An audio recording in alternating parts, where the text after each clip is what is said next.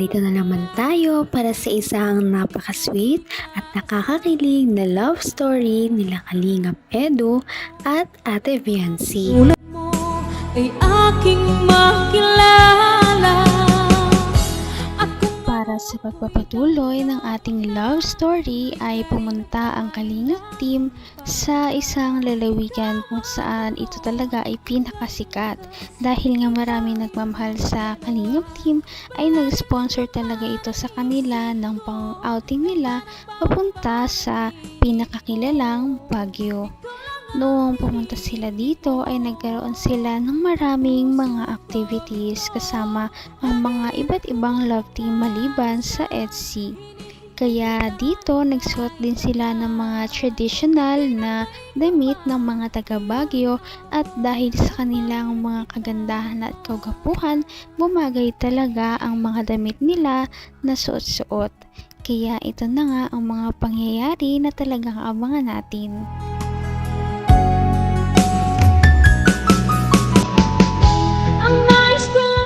Ayan, oh, ayos. 1, 2, ready. 1. Wait lang, ayos. 1, 2, 3. Bora yung nalito.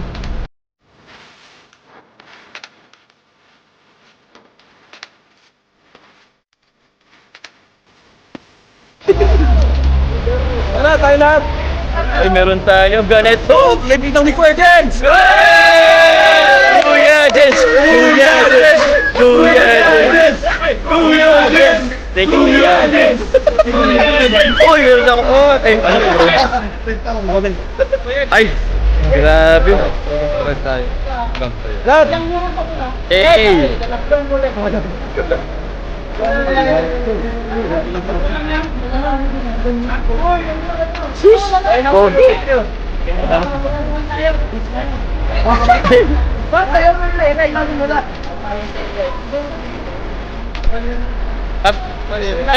Hey! Bro, may mapicture sa'yo, bro.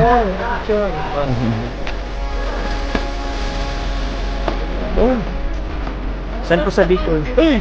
Ay. Sa ating bayan, mga kabayan!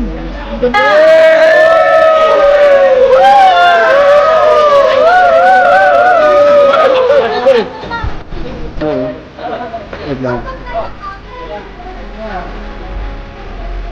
Chaco Wing Badus. Kulay blue, ang ganda ng blue ah.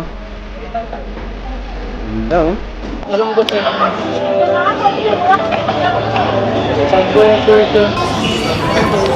Ganda dito.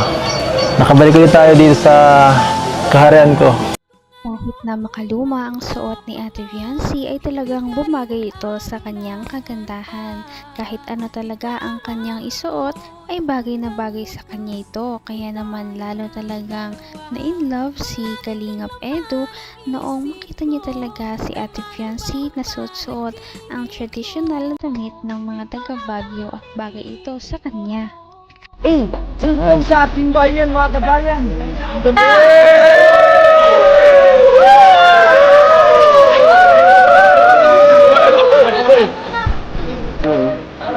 Wait lang. Chaco Wing Badus. Kulay blue, ang ganda ng blue ah. Ganda oh.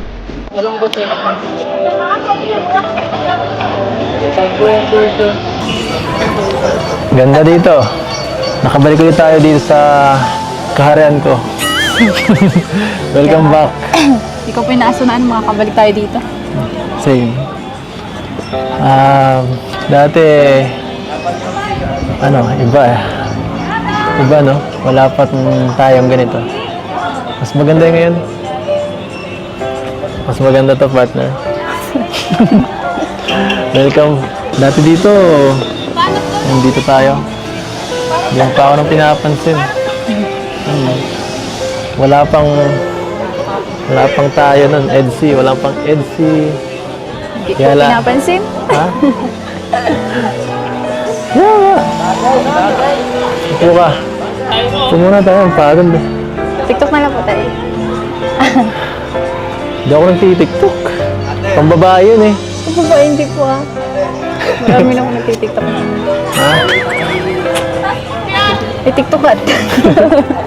Napipili yung konti. Pag hindi ako sanay pag maraming tao eh. Alam mo, pag titinginan tayo dyan, Ayun niyo po yan. hindi masyado sumasayaw ah. Ayoko nang Sige po. masyadong ano. Ayoko nang Wait lang. pinagtitinginan ako ng maraming tao. Gusto ko ng isang tao lang. Bagay pala sa'yo maging igurot. Hindi nira. Ganda mo dyan. Ang talagang tingnan ng EDC Love Team. Dito nga ipinipilit pa ni Ate Viancy si Kalingap Edu na magkaroon sila ng isang TikTok dance. Dahil kung bibisitahin natin ang TikTok ni Ate Viancy ay makikita natin ang kanyang mga dancing videos dahil mahilig si Ate Viancy at magaling talaga siyang sumayaw. Kaya niyaya niya si Kalingap Edu. Pang babae yun eh. Ito ba, hindi po ah. Marami na ako nagtitiktok na. Ha? TikTokat. Napipili yung konti. Pag hindi ako sanay pag maraming tao eh. Alam mo, pag titinginan tayo dyan, Ayun niyo po yan. hindi masyado sumasayaw ah. Ayoko nang Sige po. masyadong ano. Ayoko nang Wait lang. pinagtitinginan ako ng maraming tao. Gusto ko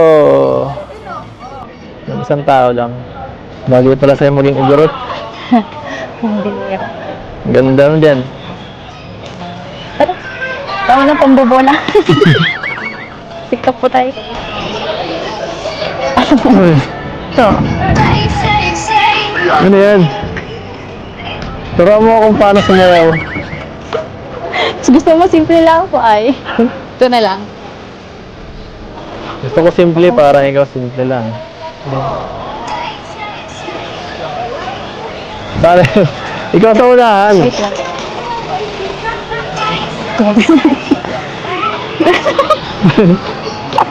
Ano? Ganun. Ganun? Ganun lang. 1, 2, 3, 4. Yan? Ganun. Ito po muna. Wait. Uy, Ta-na-na-na-na-na. Sorry. Tapos 1, 2, 3, 4, 1. So, ganun na lang po. oh, wait. Tapos, ganun ulit. Ulit. 1. Dito po. Yan. Oh. Ganun lang. Sige.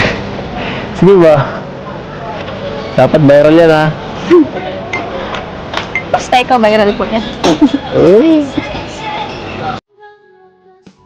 Siyempre, hindi naman talaga nakatanggi si Kalingap Edu sa request ng kanyang wifey. Sila ay sumayaw ng mga TikTok dances na makikita ninyo sa official na account ni Ate Viancy sa TikTok. Nag-e-enjoy din naman silang dalawa kahit sabihin ni Kalingap Edu na ayaw niyang sumayaw ay halatang na-enjoy niya ang kanilang pagsayaw. Abot kamay na kita.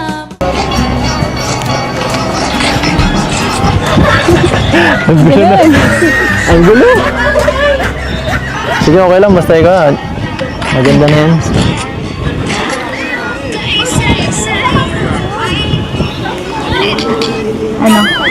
Ano? Ano? Lamig dito, grabe. Ay, sorry po. Yung jacket niyo po kasi andun sa... Ha? Yung jacket. Sa van. Iniwan ko. Okay lang. Ninunita na po ako. Lalamig ka kasi. Ikaw kasi, hindi ka nag-jacket. Kaya... Hindi, manipis eh. Tapos naka-crop top ka pa. Hindi yan pan Baguio eh. Hindi ka naman native dito. Dito tayo sa di ka pa sanay. No. Iwan ka na ng mga kasama mo. Ang ganda po dito sa karian niyo. Oo. Gusto mo Ganda dito? po dito ang tumira. Gusto mo dito tumira? Joke lang. Gusto ko pa rin po sa bahay. Sa bahay? Sa kila mama. Malay mo. Miss ko na. Hindi mo dito ka. Pagdano mo. May gusto ko pang puntahan? Nalibot mo na to? Hindi po. Hindi pa?